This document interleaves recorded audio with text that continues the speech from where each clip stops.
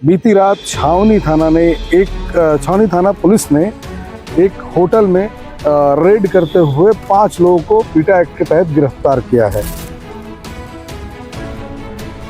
ये स्वयं होटल का संचालन नहीं करता था, अभी तो ये किसी दूसरे व्यक्ति को होटल संचालन करने के लिए किराए में दिया हुआ। मसाज पार्लर और ओयो जैसे होटल अभी भिलाई में बहुत ज़्यादा हैं, जिसकी वजह से अब ये समझ पाना थोड़ा मुश्किल होता है कि पीटा कहाँ किस प्रकार का देह व्यापार का धंधा चल रहा है। इनका जो तंत्र रहता है वो कहीं ना कहीं लीक हो जाता है। इसमें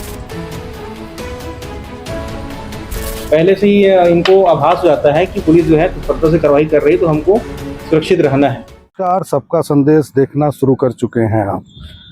दुर्ग पुलिस ने बड़े लंबे समय के बाद एक पीटा एक्ट में बड़ी कार्रवाई की है। बीती रात छावनी थाना पुलिस ने एक होटल में रेड करते हुए 5 लोगों को पीटा एक्ट के तहत गिरफ्तार किया है। पीटा एक्ट की धारा 3, 4, 5 और 7 के तहत 3 महिला और 2 पुरुष को गिरफ्तार किया है। बताया जाता है कि भारी मात्रा में वहाँ जो अवैध तरीके के जो पीटा एक्ट से संबंधित सामग्री भी पाई गई है, जिसको छावनी पुलिस ने जब्त किया है। उसके तहत उनके ऊपर कार्रवाई इस प्रकार की गई है। आपको बता दें कि पकड़े गए आरोपियों में 2 आरोपी पुरुष हैं, जिसमें से एक नीलेश वर्मा, पिता का नाम साहेबलाल वर्मा, और ये पेंड्री पामगढ़ जिला जांजगीर के निवासी हैं। वहीं दूसरा राजेंद्र यादव, पिता रघु यादव, 37 साल उम्र, गिरधारी नगर चंडी मंदिर के आगे दुर्ग थाना क्षेत्र अंतर्गत आते हैं, वहां के रहने वाले बताया जाता है। उसके अलावा 3 जो महिलाएं जो पकड़ी गई हैं, वो उसमें एक जामुल की है, एक सुपेला रामनगर की है, वहीं एक उतई की है। तो ये 3 लोगों को पुलिस ने गिरफ्तार किया है। आपको बता दें कि बड़ी मात्रा में मसाज पार्लर और ओयो जैसे होटल अभी भिलाई में बहुत ज़्यादा हैं, जिसकी वजह से अब ये समझ पाना थोड़ा मुश्किल होता है कि पीटा कहाँ किस प्रकार का देह व्यापार का धंधा चल रहा है। लेकिन एक बड़ी कार्रवाई जो छावनी थाना पुलिस ने अभी की है, उसको देख के लगता है कि आने वाले समय में ऐसे अवैध व्यापार के साथ जो लोग जुड़े हैं, उन पे कहीं ना कहीं लगाम उनके अंदर एक डर पैदा होगा और वो लोग इन सब कर्मों से बचेंगे। फिलहाल जो कार्रवाई छावनी थाना पुलिस ने की है, वो उसके आधार पे हम ये जानकारी आपको दे रहे हैं, क्योंकि बहुत लंबे समय के बाद दुर्ग जिले में पुलिस ने इतनी बड़ी कार्रवाई की है। पीटा एक्ट को लेकर कार्रवाई हुई है और काफ़ी लंबा समय हो गया, लगभग 2-3 साल के बाद ये एक बड़ी कार्रवाई दुर्ग जिले में पीटा एक्ट की देखने को मिली है। तो इसी तरीके से बने रहिए, और भी जानकारी जो मिलेगी वो हम आपके बीच लाते रहेंगे। एक मुखबिर के जरिए सूचना मिली थी कि थाना क्षेत्र अंतर्गत प्रभात लॉज में जिस्म फरोशी का व्यवसाय जो है वो चल रहा है। लगातार इसकी सूचना मिल रही थी, तो मुखबिर सूचना के आधार पर पुलिस टीम बनाई गई, और चूँकि इसमें पुलिस अधीक्षक का इन्वॉल्वमेंट होता है, तो सीएसपी के नेतृत्व में, मतलब मेरे नेतृत्व में, थाना प्रभारी और बाकी स्टाफ को लेकर के वहाँ रेड किया गया। रेड करने के उपरांत प्रभात लॉज में कुल 5 व्यक्ति जो थे वो संदिग्ध अवस्था में पाए गए थे, जिसमें से 3 लड़की और 2 लड़के हैं। इसमें से एक जो है लॉज का संचालक स्वयं है, जिसका नाम प्रभावशील है। कब से कर रहे थे?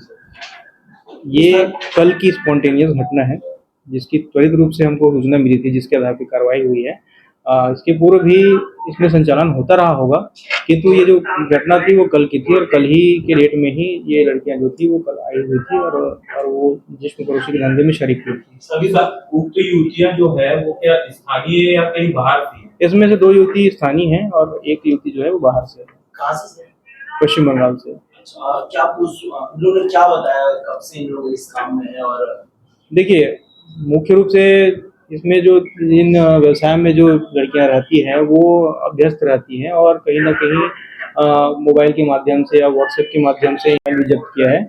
इनमें कब से इनके बीच में ये वार्तालाप चल रही थी, कब से ये व्यवसाय फल फूल रहा था, इस चीज़ की तस्दीक करने में और इसकी विवेचना करने में मदद मिलेगी। और लोगों को आरोपी बनाएंगे इस मामले में? इसमें जो राहुल वर्मा है वो इसमें एक आरोपी है जो अभी हमारे पकड़ से बाहर है। हम उसको इसमें शामिल किए हैं इस मामले विवेचना में और उसको आरोपी बना करके प्रोसिक्यूट करेंगे। संचालक कब से धंधे में है, जो संचालक होता है?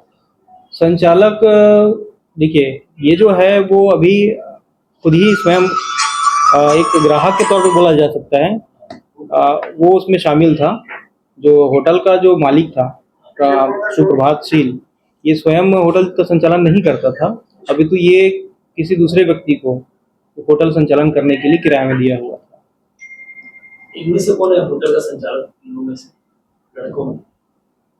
नीलेश ये है, ये नीलेश, जो वर्तमान में नीलेश और राहुल दोनों मिल करके होटल का संचालन कर रहे थे। ये लड़का जो है ये होटल का संचालक है वर्तमान में, और होटल जिसने दिया था वो ये है, ये जो मेरे पीछे में बैठा हुआ है वो है, खड़ा हुआ है।